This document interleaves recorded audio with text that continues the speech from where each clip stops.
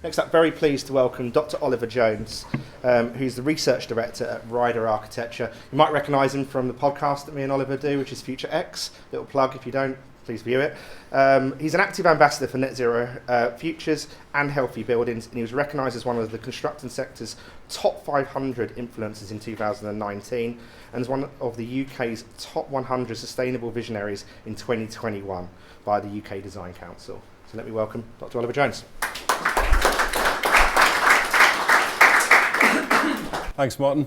Hi, everyone. As Martin says, my role is in research and innovation. I'm very fortunate to have the oversight of what's going on in a number of different countries, and I really just want to talk to you today about some advanced materials, some changes and potential changes to business models, and the role that I think innovation can play in the future, and also what we're looking for in the next generation of materials and manufacturing within the supply chain moving forward. Part of my role is to work across a lot of accelerator and startup hubs. You get coming out of Berlin and New York and Sydney and indeed in the UK, find those businesses that really are on the cutting edge of doing something incredibly interesting with construction materials. They're quite frequently they're not bred from within the construction industry. They're chemists and biochemists and a wide range of other disciplines, and work with them and standards agencies to get their product into pilot projects and demonstrators, and then eventually get them into the mass market and large-scale production. So it kind of exists on a spectrum of innovation. At one end, we're working with blockwork developers, manufacturers and insulation manufacturers who are using waste products. And this is a real key theme that we're going to talk about here, and Duncan's definitely going to come on to talk about this, is the role that these manufacturers are playing, these advanced material manufacturers are playing in the circular economy and supporting that circular construction.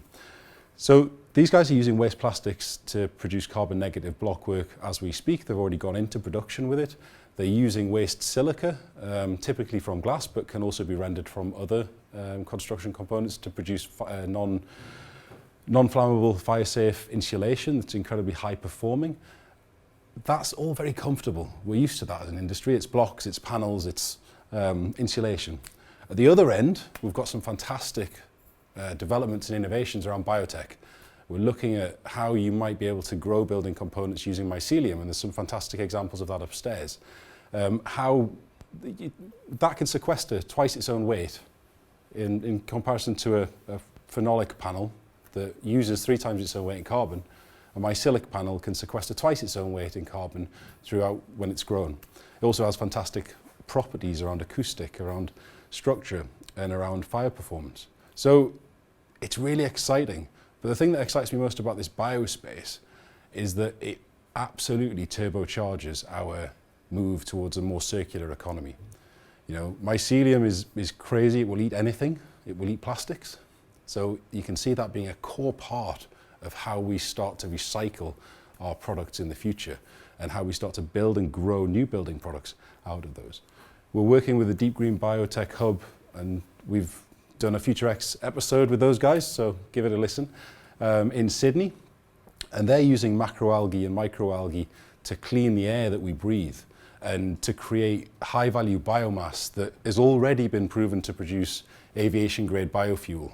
It's already flown a plane using it. It's just struggling against the status quo to get scalability and funding. They've already produced a range of bioplastics, bricks. You may have seen, there was a recent Time magazine front cover that was about the future of algae and creating bricks and blocks using algae. So it's an incredibly exciting space. Things are moving very quickly.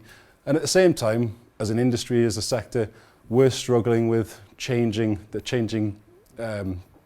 implications and disruptions from the digital area, from the fragility of our supply chain, and thinking about, well, how do we start to really safeguard and make that supply chain more resilient? Now, we came back from a really interesting trip around Germany, looking at the way that those guys are dealing with some of these new business models around the supply chain, and it really threw some key points out to me that I wanted to convey in this chat with you around what are we looking for in the next generation of materials, and what are we specifically looking to specify in the next generation of materials.